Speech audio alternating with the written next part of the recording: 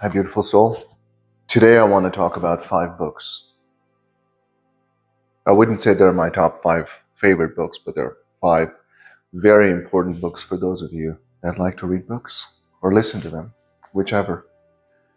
And then I'll tell you why exactly.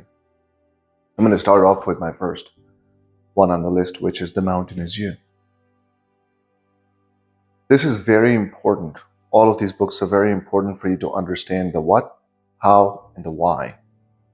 It's important for you to have no doubts when you start doing this work, so that when you want to not go unconscious, not allow the unwanted programs of your subconscious mind to run your life, self-sabotaging your life, this book explains in a very detailed and in a short manner. It's not a big book.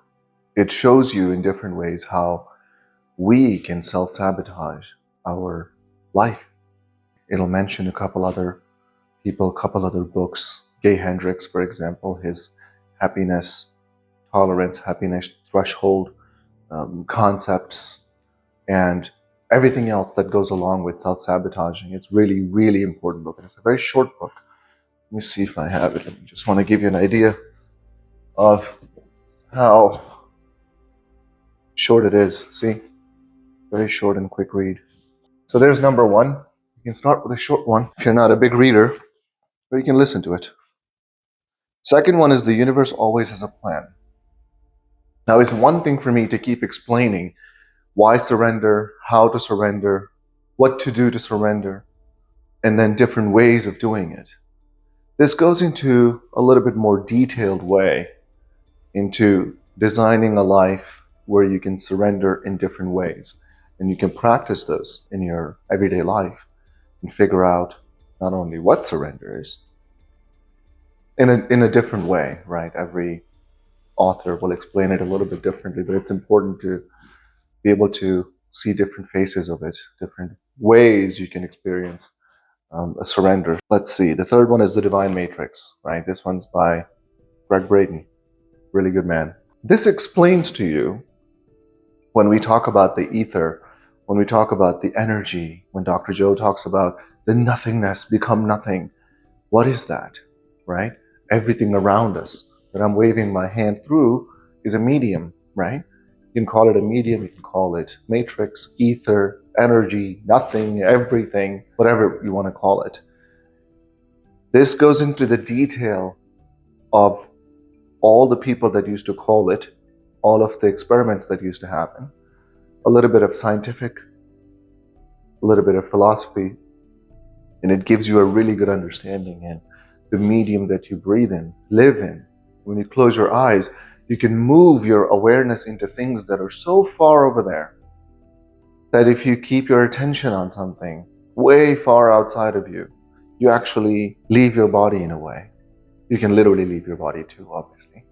Anyway, you'll experience that. I don't want to get into too esoteric stuff or woo-woo stuff. Don't want to confuse you guys a little bit more. Okay, so that's The Divine Matrix. The Surrender Experiment is the 4th one, by Michael Singer. I'm really happy that he lives so close to me that I can go see him whenever I want. And okay, so the Surrender Experiment. We talked about the surrender of The Universe Always Has a Plan, but the Surrender Experiment is a story of a man who lived most of his life in an experiment of living in a surrendered state of being. What does that look like? What did he experience? How did he feel about it? And the synchronicities and the coincidences that I talk about, you can see in a life story of a man.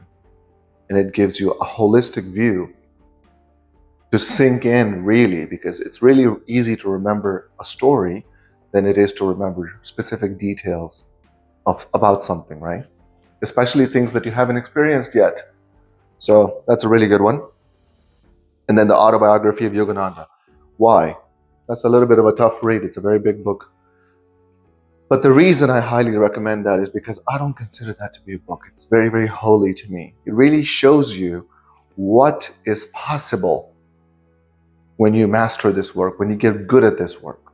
What is possible? What have people done? Shamans, yogis, people that he has traveled across the world, Yogananda, what did he witness, and how it's really important to understand what has people accomplished, what level of consciousness is out there. You're curious about life after death, life before birth, all of that view, holistic view, look into this book. And if you don't want to read, because it's too much reading, just read chapter 43 of the Autobiography of Yogananda. And if you are not a big reader, but you're committed to read the autobiography, skip the first 6 chapters. The first 6 chapters of the book you can completely ignore. Start from 7. These are the 5 books. This will give you such a massive boost of understanding within your think box that when you get out of your think box and when you're sitting down to meditate and do the breath work using this work, you can completely let go and become the process, become the steps, become the play, as opposed to think about, am I doing it right? Is this happening? What is happening? You wouldn't be thinking like that. You would just be doing it. There'll be no confusions. So, let me know what you think. Let me know which book have you read and your favorite books that my community can look into. If I didn't mention a book and you think it's really important for someone to read in my community, let me know.